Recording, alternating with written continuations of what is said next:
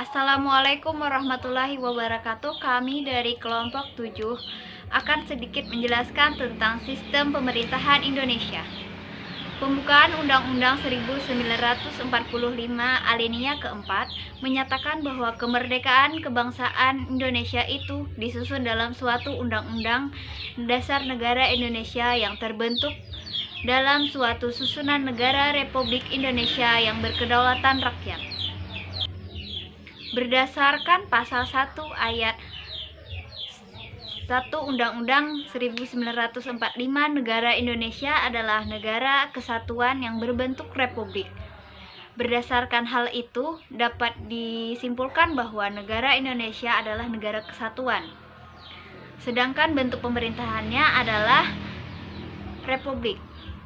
Presiden Republik Indonesia memegang kekuasaan sebagai kepala negara dan sekaligus kepala pemerintahan. Hal itu didasarkan pada pasal 4 ayat 1 yang berbunyi Presiden Republik Indonesia memegang kekuasaan pemerintahan menurut Undang-Undang Dasar.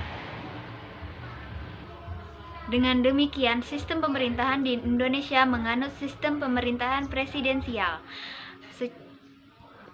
Secara teori, berdasarkan Undang-Undang 1945, Indonesia menganut sistem pemerintahan presidensial, namun dalam prakteknya banyak bagian-bagian dari sistem pemerintahan parlementer yang masuk ke dalam sistem pemerintahan di Indonesia. Sehingga secara singkat bisa dikatakan bahwa sistem pemerintahan yang berjalan di Indonesia adalah sistem pemerintahan yang merupakan gabungan atau perpaduan dari sistem pemerintahan presidensial dengan sistem pemerintahan parlementer. Apalagi bila dirunut dari sejarahnya, Indonesia mengalami beberapa kali perubahan sistem pemerintahan. Perubahan yang pertama terjadi pada tahun 1945 sampai 1949. Pemerintahan yang diterapkan pada saat itu adalah sistem pemerintahan parlementer. Terjadi penyimpangan dari ketentuan Undang-Undang Dasar 1945 antara lain berubahnya fungsi Komite Nasional Indonesia pada saat itu, yaitu Komite Nasional Pusat Indonesia dari pembantu presiden menjadi badan yang diserahi kekuasaan legislatif dan ikut menetapkan GBHN yang merupakan wewenang NPR. Terus yang kedua, terjadinya perubahan sistem kabinet presidensial menjadi kabinet parlementer berdasarkan usul BPKNIP. Perubahan yang kedua terjadi pada tahun 1949 sampai 1950. Didasarkan pada konstitusi RIS, pemerintahan yang diterapkan saat itu adalah sistem parlementer kabinet semu atau quasi parliamentary. Sistem pemerintahan yang dianut pada masa konstitusi RIS bukan kabinet parlementer murni. Karena dalam sistem parlementer murni, parlementer mempunyai kedudukan yang sangat menentukan terhadap kekuasaan pemerintah.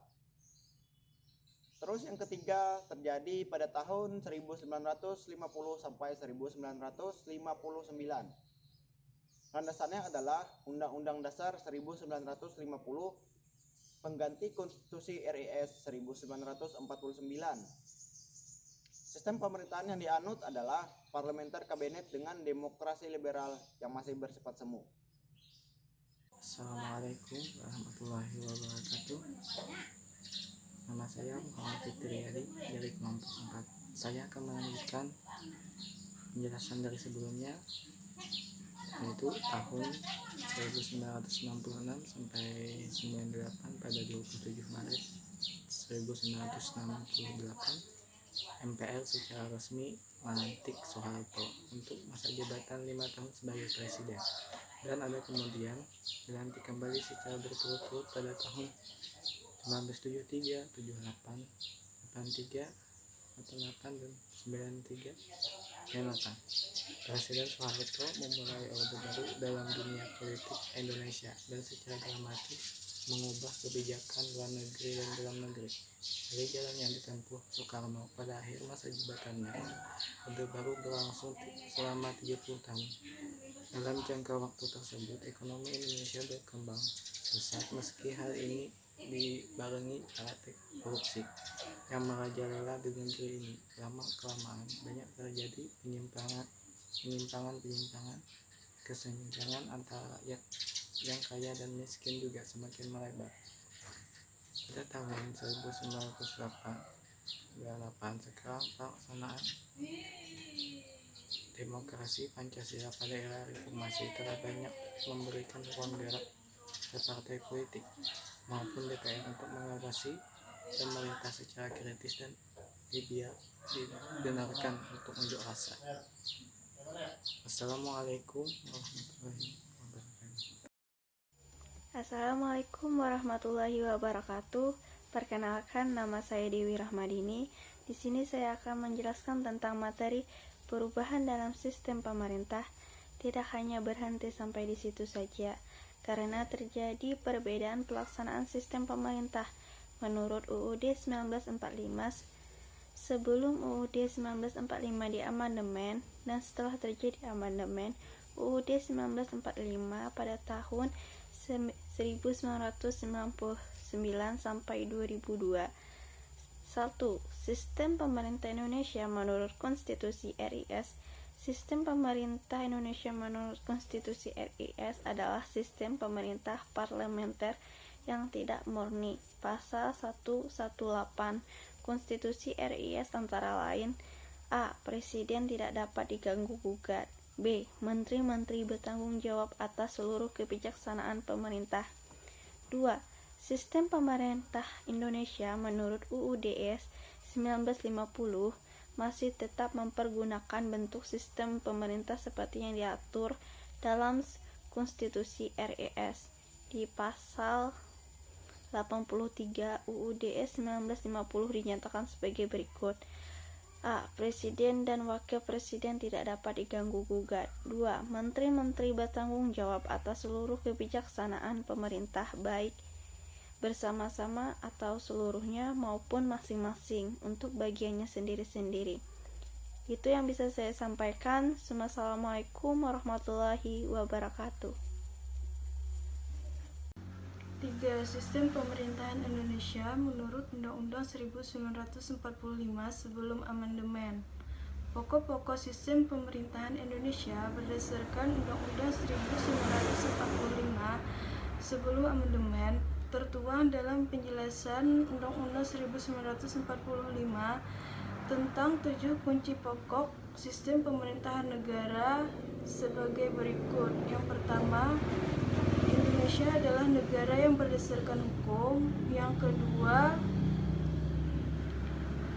sistem konstitusional, konstitusi menjadi pondasi negara yang mengatur pemerintahannya, membagi kekuasaan, dan mengatur tindakan-tindakannya. Yang ketiga, kekuasaan negara yang tertinggi berada di tangan MPR.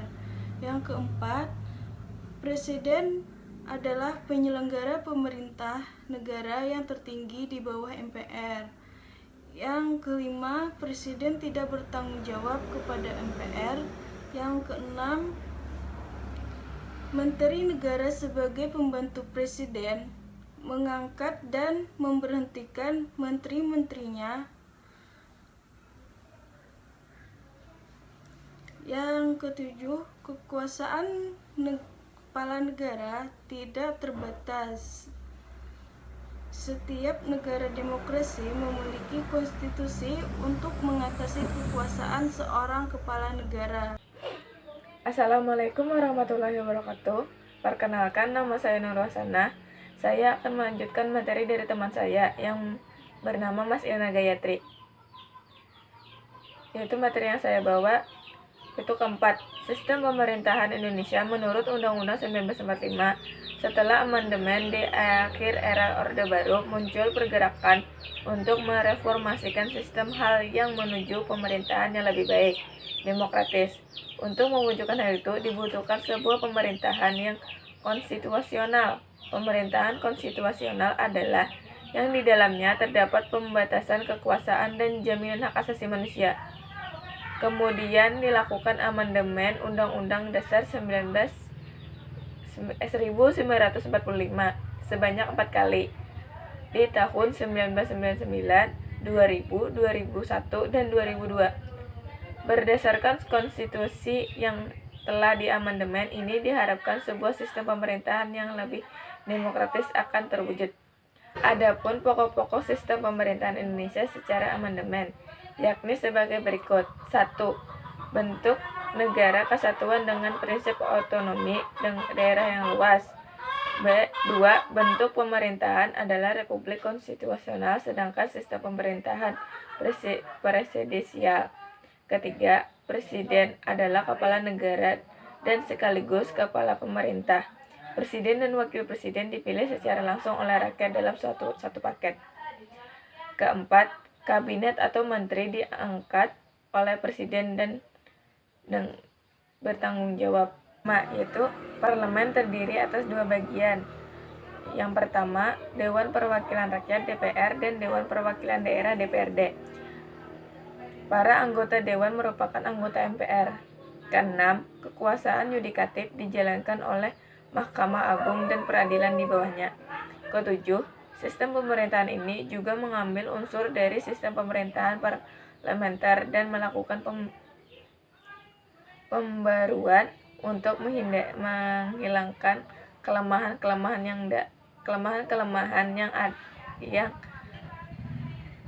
yang ada dalam sistem pemerintahan. Mungkin itu aja materi yang dapat saya sampaikan. Wassalamualaikum warahmatullahi wabarakatuh.